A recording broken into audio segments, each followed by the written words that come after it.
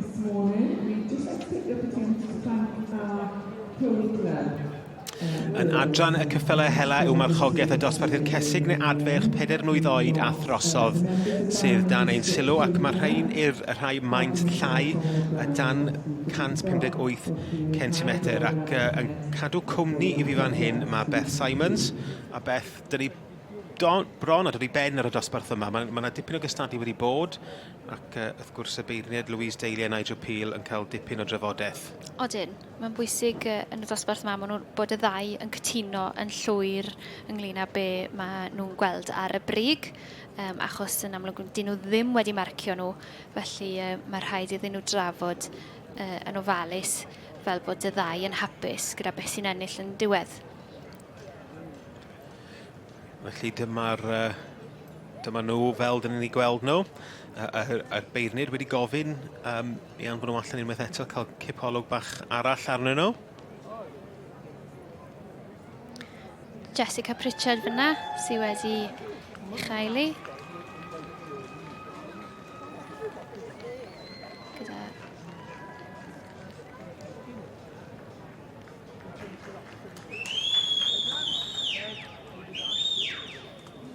Jessica wrth ei bodd fyna. Ni wedi gweld Jessica yn ennill sawl gwaith fan hyn.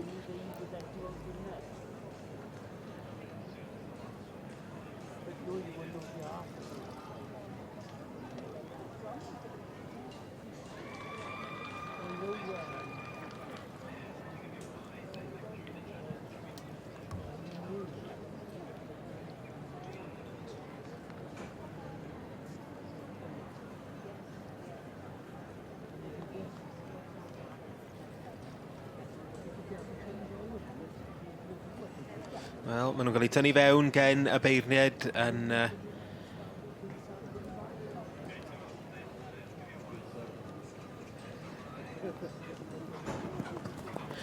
canlyniadau yn adran y Ceffylau Hela yw Marchogaeth, y casig neu adfarch 4 mlwydd oed a throsodd dan 158 cm ac y beirniad yn fan hyn Nigel Peel a Louise Daly wedi bod wrthi yn brysur yn trafod. Ac Beth yn gyntaf ar hyn o bryd pwysig gyda ni? Mae gyda ni Borderfields Mr Titan yn gyntaf, dan berchnogaeth Lauren Rees a wedi marchogaeth gan Jessica Pritchard, gan Balfour Whisper allan o Oat Hill Mirror Image fyna. Wedi cael ei magu gen Tracy Jones, wrth gwrs oedd ar ochrau Cros-Oswallt. Jessica wrth ei bodd fyna fi'n caru.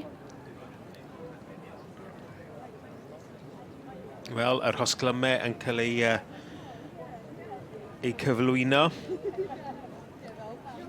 i Borderfields Mr Titan ac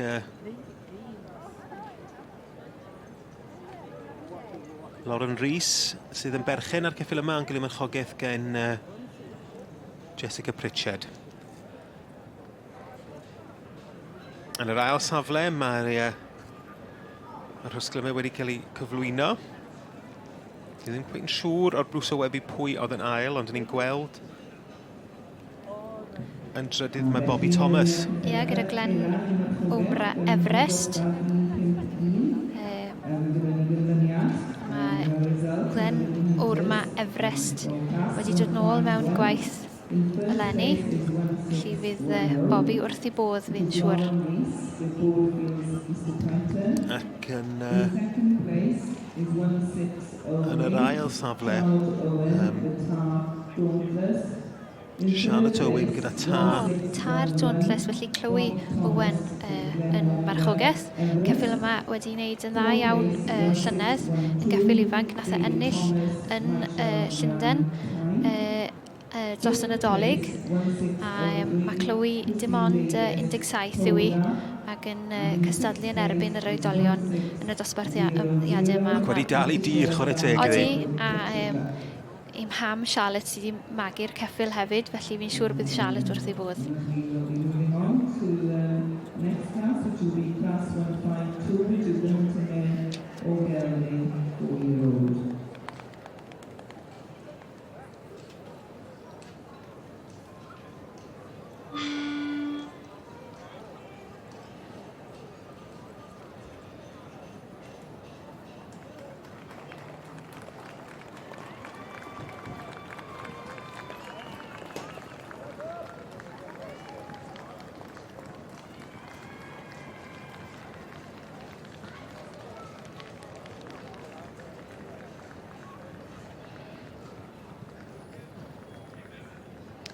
Borderfield, Mr Titan a Jessica Pritchard yn ennill y dosbarth cyntaf yn yr adran I Ceffylau Hela yw Marchogaeth i'r rhai bach.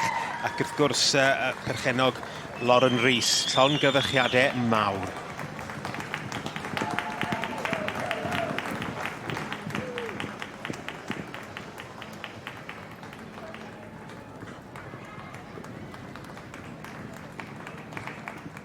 Well, many congratulations, Jessica Pritchard from Llantrisant, winning the small hunter class here at the Royal Welsh. Your smile says it all. I know. It's been the plan for a while. I ride it for a friend of mine, Lauren Rees, so we normally compete during dressage, but obviously I used to do a lot of showing before, so I thought, let's go for the Royal Welsh, let's do the smalls with him, because I knew he'd give a good ride for the judge. And that's so important, isn't it? Because you go in and you do your walk, trot, canter, and then, of course, you hand the reins over to the judge, and he performed beautifully. He did, and luckily the judge gave me some lovely feedback saying that he gave her the best ride of the year. So, and she judges a lot. Can't ask for better than that, No, can we? Well, you have a yes. championship later on. Thank Huge you. good luck from us, and many Say congratulations. to my gran, who's watching on telly. Hey, Granny. Of course you can. Enjoy your day. Thanks very much.